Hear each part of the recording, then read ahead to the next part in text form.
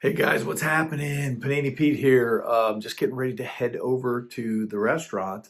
First, I wanted to say hello to everybody out there with the United States Navy. Thank you to Navy Entertainment, Navy NWR, and Navy Exchange for making this possible. My name is Panini Pete, Chef Pete Blohme. You may know me from the Food Network. I've done a bunch of shows with Guy Fieri, Grocery Games, Diners, Drive-Ins, and Dives, and Big Bites, and all kinds of stuff. But I own a bunch of restaurants in Alabama.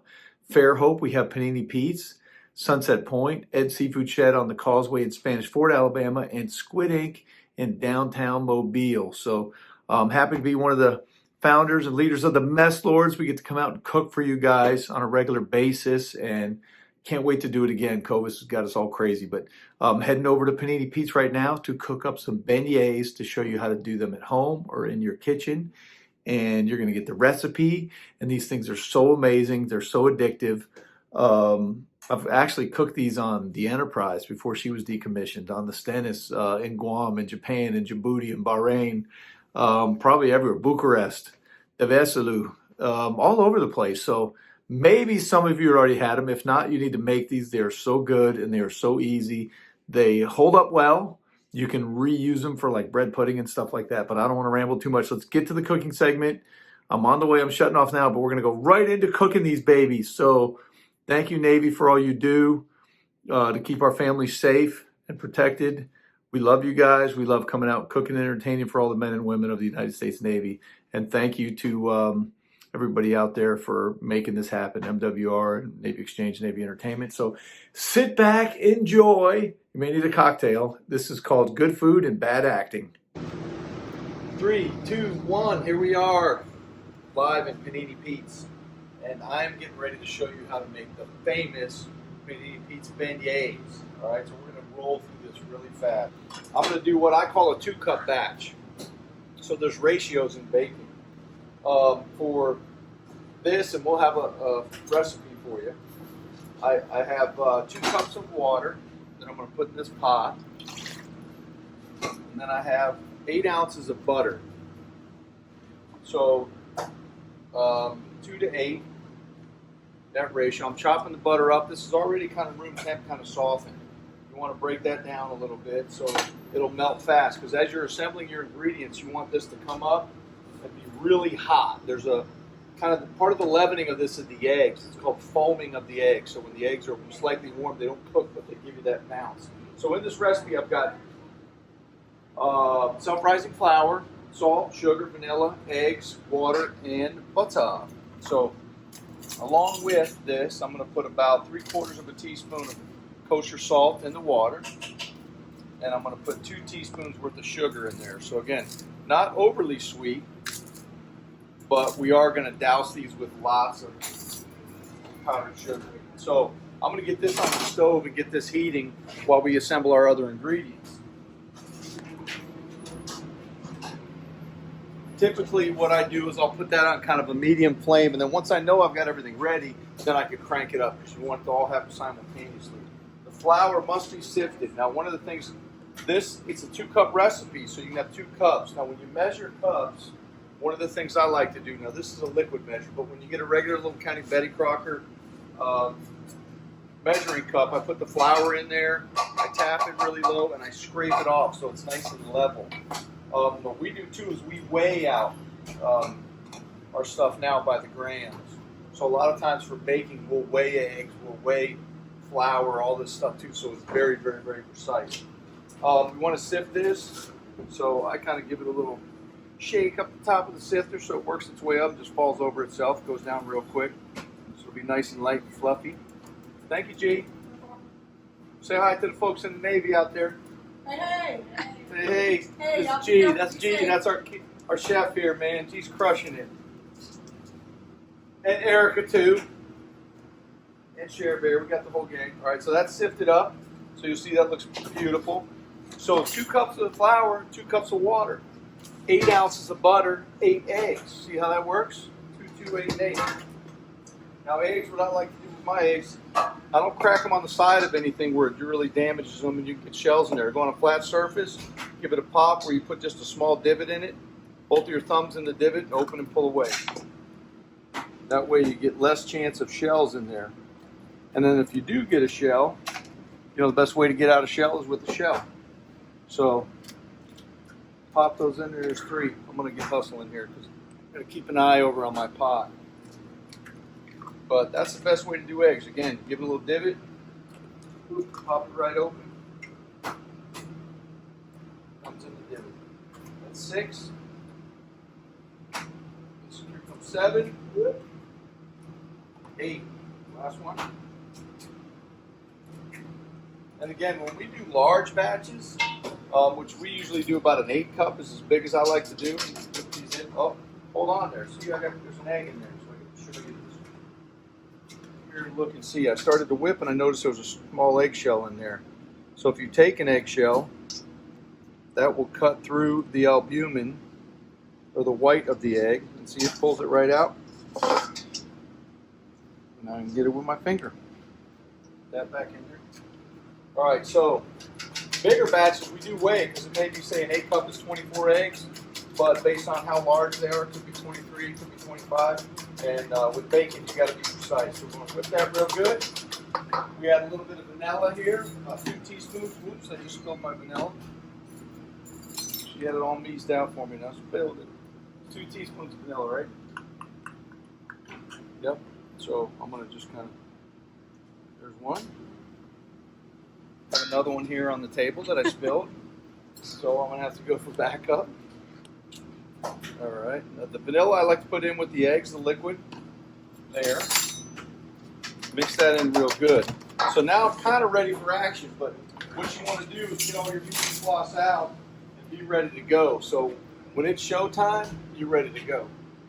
And you don't want to have to wait, because when that comes up and gets nice and hot, you know, if you start off and just put that on a fire, come over here quick. Perfect timing. See how this is rising up? The sugar and that butter fat, it starts rising up the side of the pan. So that little bitty 2 cups looks like about 10 cups now. And as it's coming up, this is perfect timing. So I'll come from here right over nice and hot, hit it immediately with the flour. And you don't want to, I'll use the whisk on this. I kind of create a little channel down the middle so everything goes in. All this stuff, you got to be careful.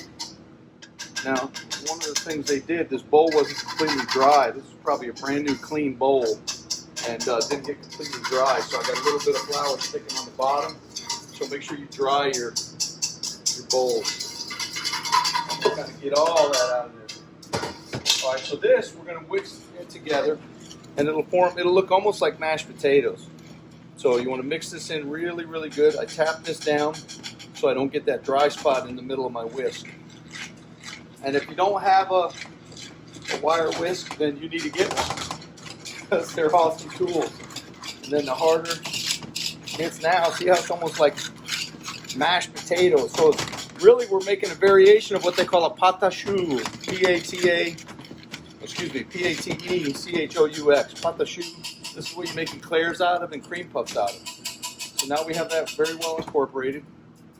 Get all that out of there. The eggs, you want to temper in. So tempering is when you're adding them in slowly. We got really hot. We don't want to make scrambled eggs. We want to make beignets. So I'm going to add about 1/3 of these in.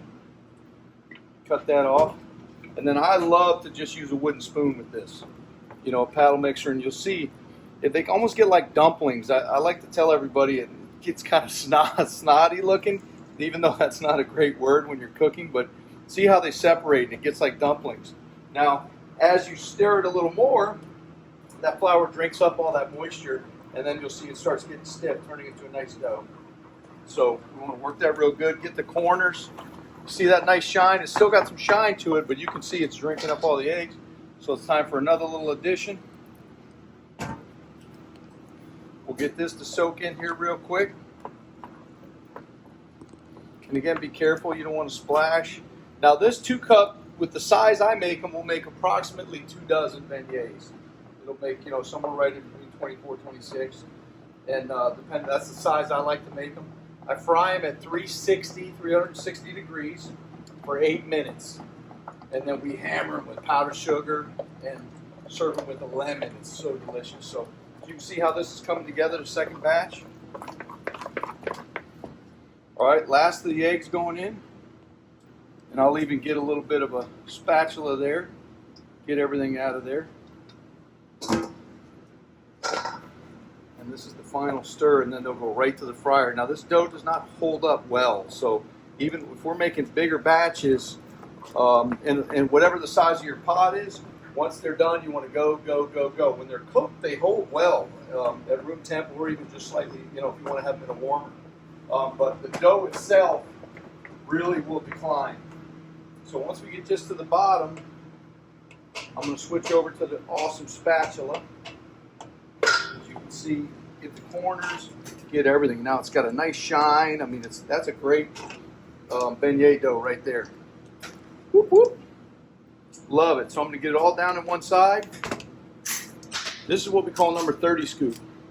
So 30 scoops per pound is how they rate that. So we're going to go over here. If you have a basket, like in a deep fryer, you want to drop the baskets, or if you're just cooking them on like a Dutch oven or a skillet, that's fine. I like to dip it in the grease a little bit so it's lubricated. And I come right up the side with a nice big full one and introduce it to the oil. I don't get up real high and plop it. I put it right in and introduce it into there. Otherwise, it's going to pop and splash me. All right, I got to speed up. That's 3, 4, 5, 6. We do little sliders out of these too. We make, but we'll take the beignets after they're cooked and put some scrambled eggs and bacon in there. I'm going to pull this stuff down. It's getting all over the place, so get it back down in a nice little tight pile. Scrape it down. That's why I got the spatula here. And we'll put them on the panini press with eggs and bacon and cheese and make little beignet, bacon, egg, and cheese sliders. They are cool. Next time we come to a base near you, I'll make some sliders. Man. I'm going to go ahead and pop all these in here. It's going to be a little bit crowded, but I think we'll get them all in there. Once you get them in there, what I like to do then is I'll set my timer for 8 minutes. So I got an 8-minute timer set. Now I'll release them. So now I want to set them free into the grease. You want them to swim free and flow free. But originally, if you drop them right in the fryer, if you have a deep fryer, they're liable to sink down and stick on the bottom within some of the equipment down there. You've got thermal probes down there and all kinds of stuff. So this way they get to swim free. I usually get a little spider, they call this, and I can toss them around, Usually once they set. I don't like to overwork them early on, and it's crazy as they start to cook. It's a heavy, wet dough, and as that bottom cooks and it dries out and steams, you'll see them, they just flip on their own. So sometimes you just give them a little nudge, they pop around, they float around. Look at this little cauldron of love. And I don't set the timer until that last one goes in. So I make sure that gets at least 8 minutes, and some of the ones before that maybe get an extra minute or two, but that's cool. So when they start to split open here, then they're getting good. It's almost like a little Chinese dessert called open mouth laugh, and they look like little Pac-Men. You start to get a little split in them and open wide up and get nice and light, right? Delicious. We got about 4 minutes left. Hang in there. All right, so they're done. We got our 8 minutes in there. I'm going to pull them out. Nice and light, golden brown, nice and toasty. We'll load them in the basket so they can drain. If you don't have a basket at your house, just onto a, like a plate lined with paper towels or something like that. Just something to absorb any of the surface grease. Because just because it's fried, it doesn't have to be greasy. But if you let them soak in the grease, then once they drain good, I go right into a bowl. And ready? Stop. Hammer time. Hit them with, you got a powdered sugar, you have a sifter. I don't even worry about spinning the sifter. I just douse them. Powdered sugar. And then you want to toss them around. Get a nice coating on there when they're nice and hot, so it just melts right into the dough. So most of the sweet is coming from this topical. And that's what we do right when they come out. Boom, they're ready to go. And usually we do about 4 in an order. So just get some in a basket here. And then what we'll do is hit them again with the nice additional topping. So when they go out to the table, they got a heavy coating on there. And then the secret weapon that makes them Panini Pete's beignets is right here, man. Behold, the lemon wedge. I mean, when you think, people are like, what are you talking about? But think of the sweet, think of the sour, think of Lemonheads candy, lemon bars, pound cake. The citrus and the sugar is such an amazing combo. So we really encourage everybody just to hit that hard. Look at that. And then now they're ready to go, man. And watch this when you look inside. Look at the way these things cook up. Nice and light, airy, doughy, delicious. Look at that steam. So it's very moist. Dip it in there and then just wow. So good, so perfect, so hot. Always remember too when you're eating beignets, as you take a bite, slight exhale. You get overexcited, you breathe in, and you get that powdered sugar fog. They all know you're a rookie, but it is okay to wear this stuff. So here they are, Panini Pete's beignets from the Fairhope French Quarter, straight to you. Out at Navy Entertainment, Navy Exchange, FWR. Thank you guys. We appreciate all you do. Thanks for taking care of us. And I look forward to getting out there again soon and cooking for you guys with the Mess Lords. All right? Ciao for now.